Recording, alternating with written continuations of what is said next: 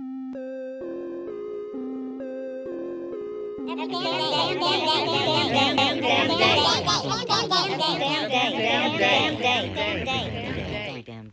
damn day. Hello, everyone. It's Jerry at the Fledge, and welcome to another episode of Every Damn Day. We're season 2, episode 21. And today I have our good friend Omar here, and we're going to be talking about the Tiger Club, which is a youth mentoring and tutoring program that Omar runs out of the Fledge every Sunday. And we'll get into the details and post some links and stuff like that. But how you doing today, I'm Omar? good. Thank you, everyone, and thank you, Jerry, for having me on. Of course, board. of course. So what you been up to today? Today, I've been hanging out with my buddy Marshall. Yeah. Me and Marshall are best friends, and Marshall is probably one of the foremost creatives here in Lansing. So I love his energy. We're both Aquarians. It's Aquarius season, age of Aquarius. Can't get rid of us. All right. So let's jump into Tiger Club. Let's you really want to explain the name. So let's just jump into why is it called Tiger Club? So Tiger is a moniker that I was given. Most people would think that I just started calling myself Tiger. My dad calls me Tiger. And it's a pet name, it's a playful name, but it has more to do with just like calling your son, a little nickname. My family is from Bangladesh, or as some people would know it, East Bengal. Bangladesh is home to probably one of the most famous animals in the world, the Royal Bengal tiger. Mm-hmm. So me being called Tiger or going by Tiger, American Tiger on Instagram, Tiger Club, Tiger. I've walked down the street in this city and other cities across the country, and people will drive past me, yell Tiger out the window, and keep going. I don't know who it was, but for some reason, me and my name stuck with them. So that's fun. So Tiger Club, just Tony the Tiger. It's very kid friendly. Kids love tigers. Tiger Club. We're a club of tigers, and we're here to get stronger and learn and grow. So Tiger Club. Yeah. So tell us about it. Tell us when it is, what time it starts, and all of that, and what happens during Tiger Club. Sure. So Tiger Club is every Sunday from 2 to 4 p.m. here at the Fledge, 1300 Eureka Street, Lansing, 48912. And I used to say 12. That's why it stopped because I forgot.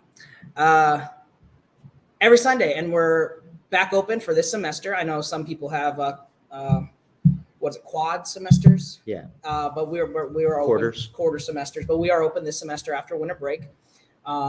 This is, I would say, maybe our third rendition. Tiger Club probably started about 2 years ago, and it was a slow going, but as Jerry will tell all of you guys, whenever you start something, you have to trek. You have to trek hard. That's why the Fledge is so beautiful as an incubator accelerator, because it's such a hard trek to go from 0 clients, customers, students to 1, and from 1 to 5, 5 to 10, 10 to 20. Like, that's a climb. So one beautiful thing that the Fledge has done for us is I've wanted to give up on Tiger Club a lot. There's been weeks where we didn't have a kid. There's been times where we didn't have any mentors, but we just never gave up. So Tiger Club is here at the Fledge. Tiger Club is grown out of a necessity for mentorship for our youth.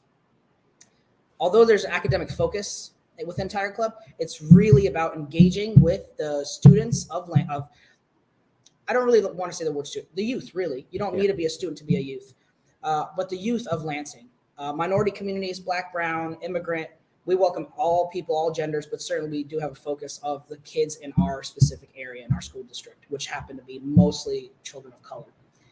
Getting them in this building and having them interact with Jerry, myself, our other fledglings, one, giving a heck about them, their opinions, their words, their thoughts, their sentiments. A lot of these kids don't feel heard at home or in school. Give them a platform, even if it's just to tell me how bad their day was or how awesome it was to text that girl for the first time. That's probably the most important thing.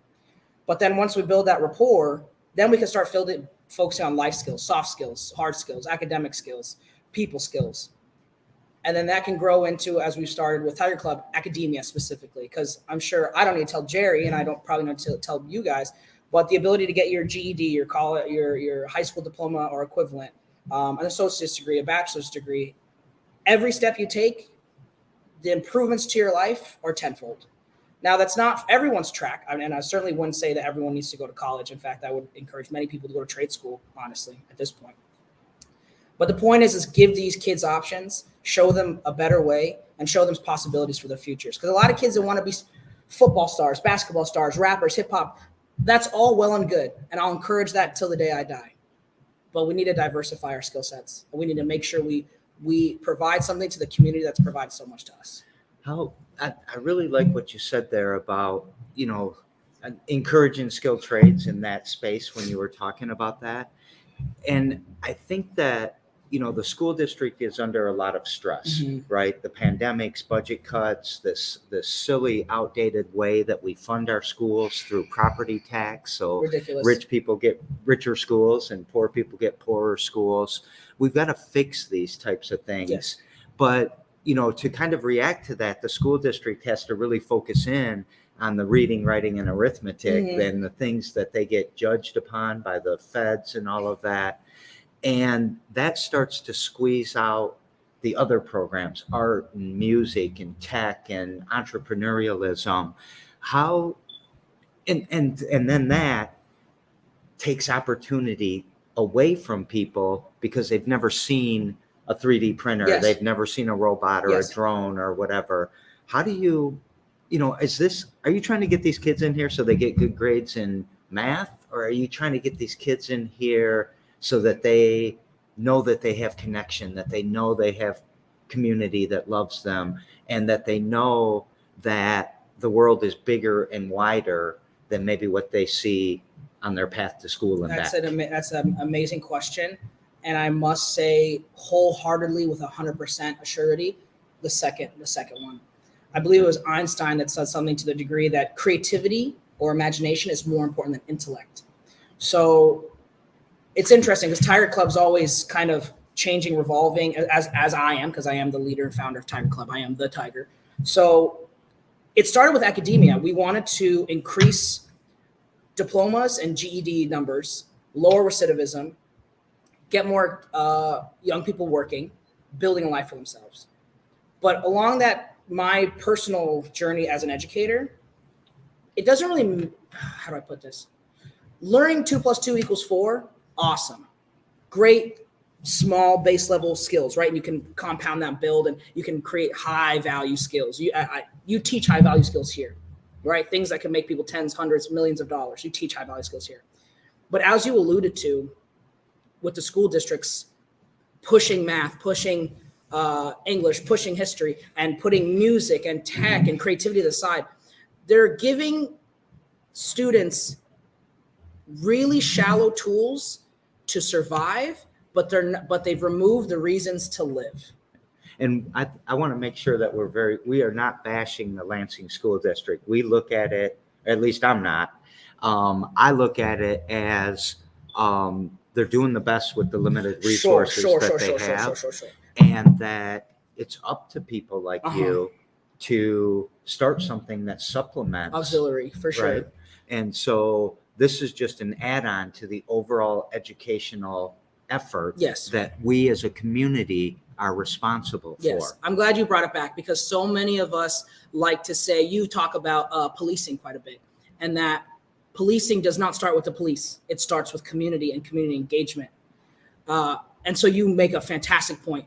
So many people think, well, I'm just going to send my kids to school. The kids down the street, they're just going to go to high school or middle school. I don't have to worry about how they grow up. I don't need to worry about their grades. I don't need to be concerned about if they're going to go commit crimes, because the government's going to take care of that for me. You're 100% right. That is our responsibility as a community, to be concerned with where our food comes from, how it's produced, how our children are educated and how they're treated, how our elderly and homeless populations are treated. It's all of our concern. So I like that you're bringing it back to that. I also want to make sure that people know, when you say our children, you're not talking about your son or your daughter. No, you're talking about our children who are out there getting shot at, getting abused, living in poverty, all of these things that we as a community have to come together and help fix. You're 100%. They're our kids. It's so interesting, because think of a war, Iraq war, for example. In those, or 9/11, in those instances, we have hyper nationalism, right? We love our country. We love ourselves. We love our football team. We love our political party. We have to love our community first and foremost. That's where the pride should be. That's where the self-identity should be. So you're right. They're our kids. They're our kids. You don't tell your son or daughter, your niece or nephew, or your young one in your life, finish the food on your plate because some kids in Africa don't have it. You don't say that because the kids in Africa are your kids. The kids here in front of you, around you, in your schools, on the school bus that you stop for on the street, these are our kids. So it's probably the greatest investment to spend that time on them and the energy. I'm trying to think of your last question. Well, let's navigate through a typical Tiger Club. Sure. Tiger Club, 2 to 4.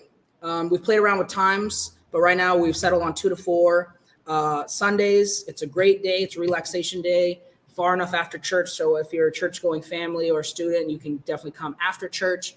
It's the day before the school week starts, so it's as Jerry's pointed out before, it's a fantastic time to get your homework done, to get your studying in. You have the free time. You don't have like the pressure of a school day or school week, or trying to do work on a Friday or Saturday, which is damn near impossible for a lot of kids. And an average Tiger Club will look like myself, a couple other mentors coming in, and kids coming in, sitting down, and taking out the work they need.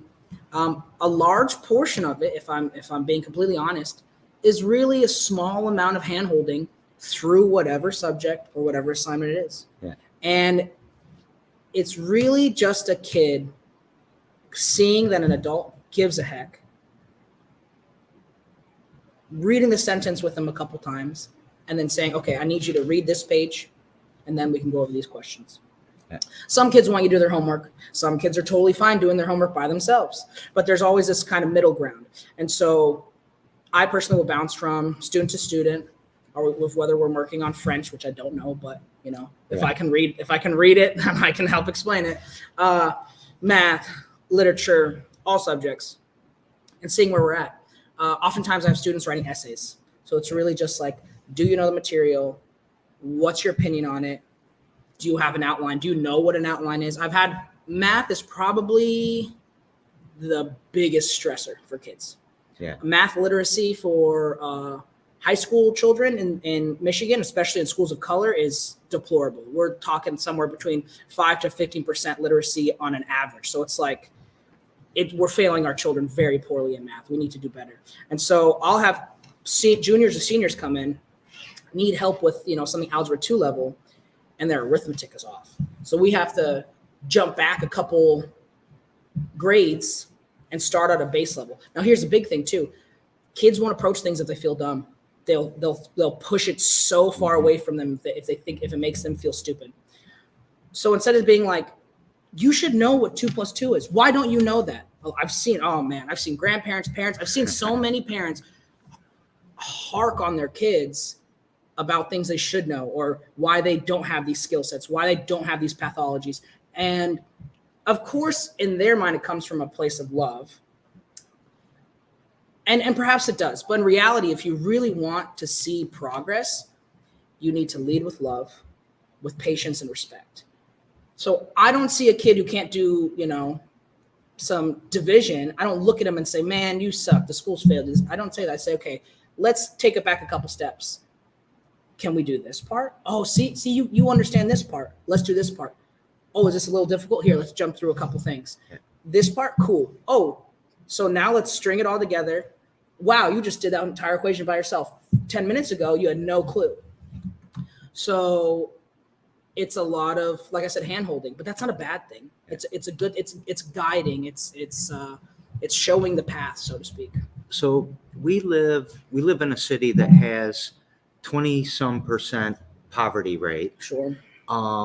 The number of people is around 50% that live below the ALICE threshold, and I'll just define that real quick.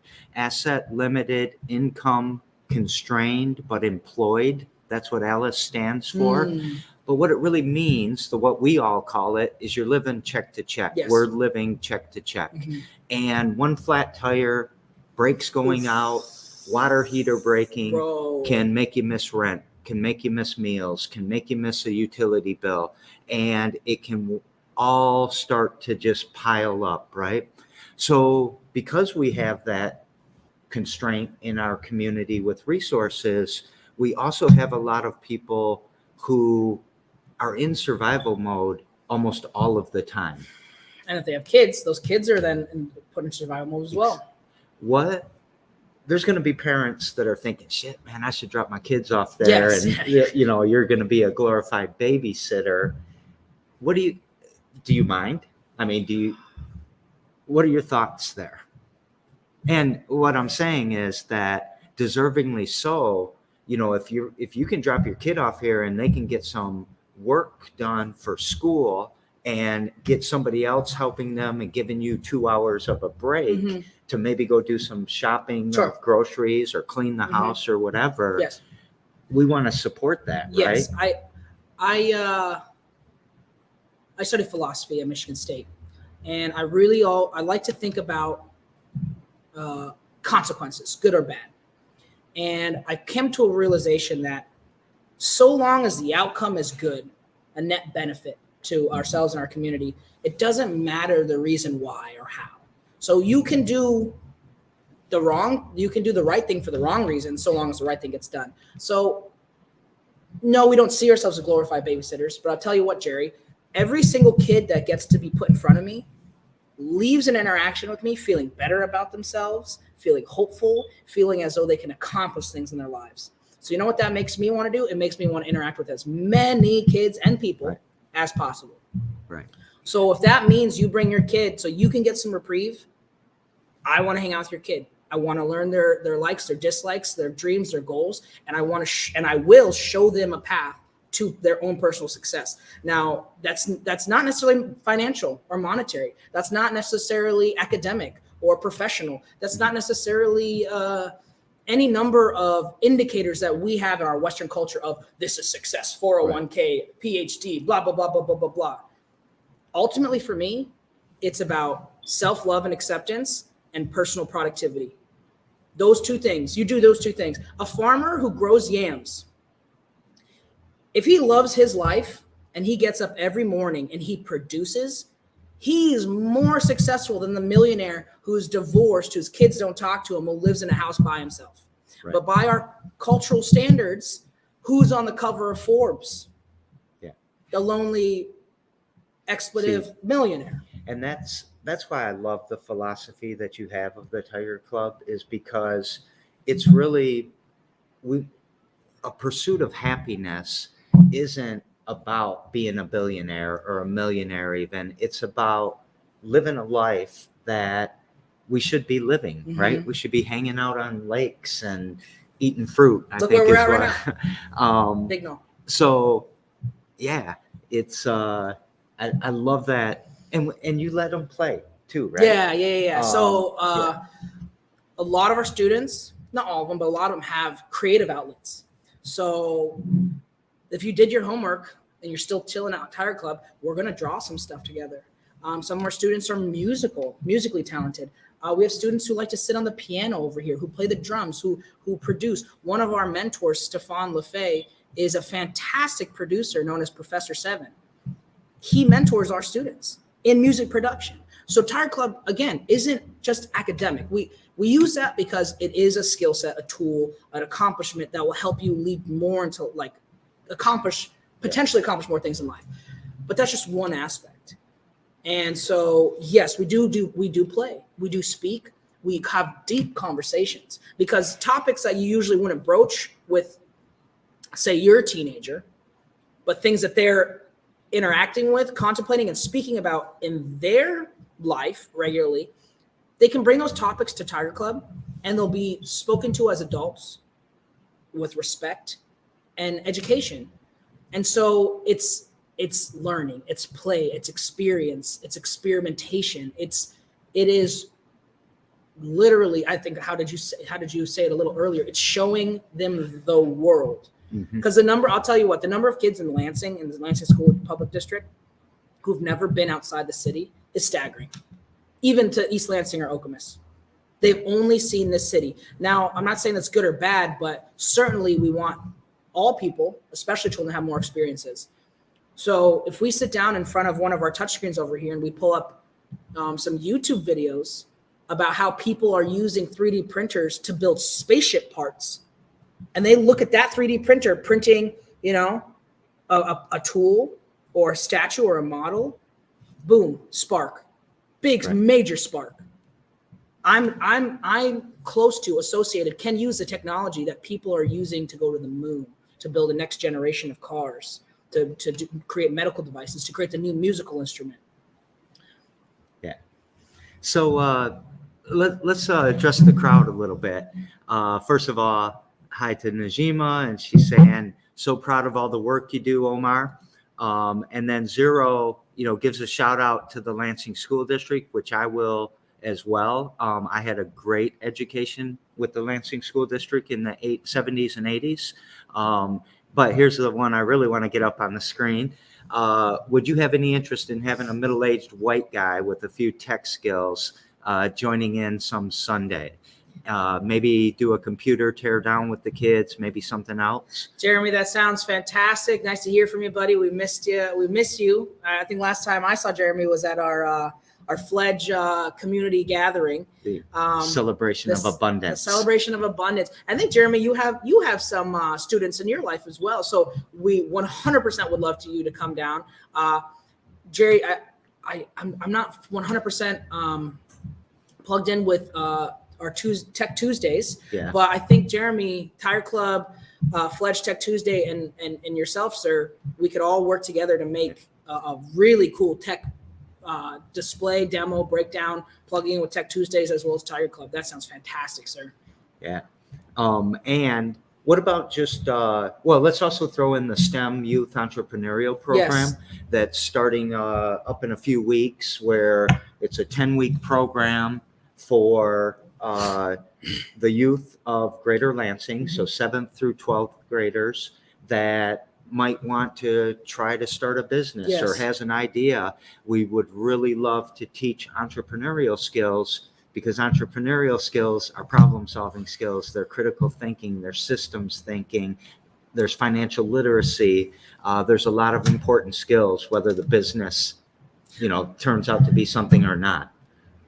The way you've taught me about entrepreneurism, it's self-governance, self-leadership, right? Yeah. Because within most human societies, we exist within a hierarchy, right? Like, you go to work in a cubicle and you have a manager, and that manager has a supervisor, and the supervisor is responsible to the board, and the board has a CEO and a president and vice president. Entrepreneurialism flattens that hierarchy and makes you the worker, the employee, and the president. Mm-hmm. That's self-governance, to say, I'm going to make the product, I'm going to market the product, I'm going to sell the product, and I'm going to take the profit to make more product. Or improve your community. Whatever, yeah, exactly. Friends. Whatever the goal, whatever the action, whatever the product, the object, the subject.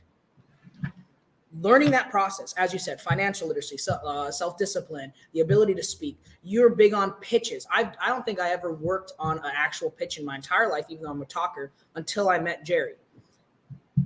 Just the pitch process, just that, having your idea down.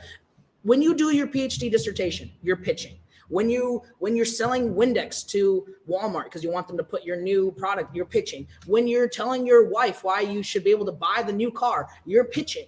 Like, your pitch, everything you do is a pitch. At least when you're trying to convince someone else of your personal idea, wants, and needs. That's entrepreneurialism. It is self-government, self-leadership, and that leads to success. In no way, shape, or form does it not. So how we got there is that I wanted to mention that program that and I guess I should give a shout out to AF Group, who's just come in with the $1,000 prize sponsorship, Emergent Biosolutions with the program sponsor in the first place. We are looking for more sponsors. We're looking for more kids. We're looking for more mentors, whether it's Sunday 2 to 4, Tech Tuesday 4 to 5:30. And by the way, a lot of the mentors that have been coming in are actually because they're really interested in learning about 3D printing or something like that. So that's cool that when you're at the Fledge, you're a student and you're a teacher, or you're a teacher and you're a 100%. student. Because these kids teach us stuff all the time, right? The amount of information I get out of kids is unreal. They're tapped into an energy, and I don't think most people need that. They already know this, but I'll remind you guys, kids are tapped into an energy that we've since lost. You lose it somewhere around probably 13, 14. Well, no, that's not fair. Somewhere around your teens, you just lose it. The world grinds you down, the 9 to 5, the school, the blah, blah, blah, blah, blah. Kids have a deep, deep knowledge and understanding of our reality. They're watching. They're watching everything. Should have started that show. Dang it. I had something that you said. I don't know. What else do we need to know about Tiger Club? Tiger Club is just like the Fledge. And what I mean by that is we are not in the realm of competition. We are here for kids. It's not about Tiger Club success. It's not about the Fledge's success. It's about children's success. I love the Boys and Girls Club. If a school has an after school program, I will do whatever I can to help it grow. If other people want to get into mentorship, create their own organizations, want to plug in their church, their NGO, whatever it is, we are here to support that. In no large part is this about personal gain. I mean, if you do something and it's productive, you feel good about it. There's some level of personal gain, some self-satisfaction, some selfishness with whatever you do in life. But what the military taught me was, so long as you have a mission, your goal is set. Everyone can look towards it. You and I might have a disagreement, but if our end goal is the success of the Fledge, the success of Tiger Club, the success of Fledgings, the success of any community mentor that walks through that door with an idea, a need, or a want, or a desire to create, that's the goal. So you and I could get in a fight, but if we keep that center line, we'll always come back to it. So, well, you and I ain't getting in fights because we ain't punching down and we ain't punching sideways. Exactly. And we're only punching up. Exactly. So listen to my show a couple days ago. And yeah. So let's talk about safety a little bit when it comes to COVID. Okay. We've got this huge space here. We've got multiple rooms. You know, kids working on music can be in one room, you know, 1 or 2 kids. Yes. We're not lining everyone up at tables and chairs and keeping them all together. Yes. We are pro-mask. We're pro-vaccine. We work with the kid, though, because we know it's tough and it's hard. But the kids are the ones that are good and disciplined about it, not the not like the general population, I think. We certainly don't need to get into science too much, but this is a large open space with a lot of aeration, a lot of flowing air, and a lot of filtration. So insofar as the science is concerned, this is a very, very safe environment to be in insofar as a transmission. In fact, essentially negligible. Again, we won't get super deep into it, but as you've heard, we are very concerned about COVID and how to address it. Your kids will be safe. They will be, of course. All right. So, and I just want to get it. I didn't want to leave. I didn't want to end the show with just talking about COVID. Oh, okay. Yeah.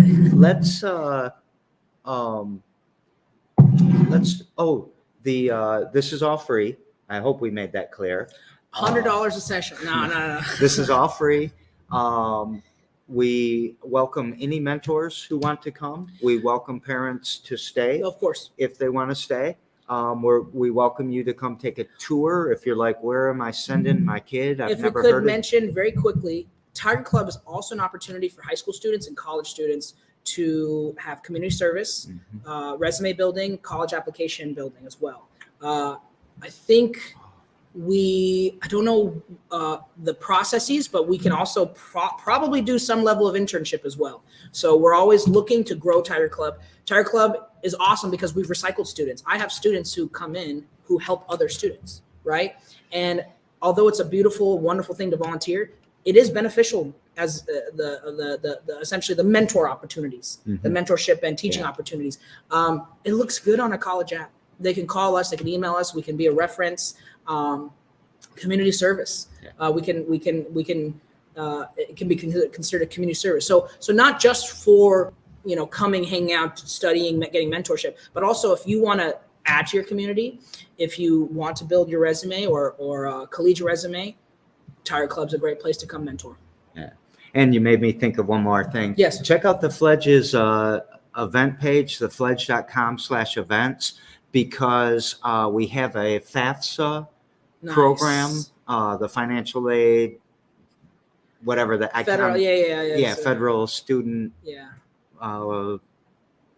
whatever it is, event coming up, and that's on our calendar, and it's on a Facebook page, and it's Capital Area College Network. I think I'm screwing this up. Shannon will put all the posts Michigan up. College Access Network. Yeah. So MCAN. Yeah. MCAN. So check that event out too. If you're getting ready for applying to college and getting your financial aid straight, you got to get on that. You got to stay ahead of it, and we'll have a lot of people here to help you. Could I say something to close us out? Yes, please. You can do it. You can do it. It doesn't matter what it is. It doesn't matter how long you've been thinking about it. It doesn't matter if you started yesterday, if you start today, or if you start a year from now. You can do it.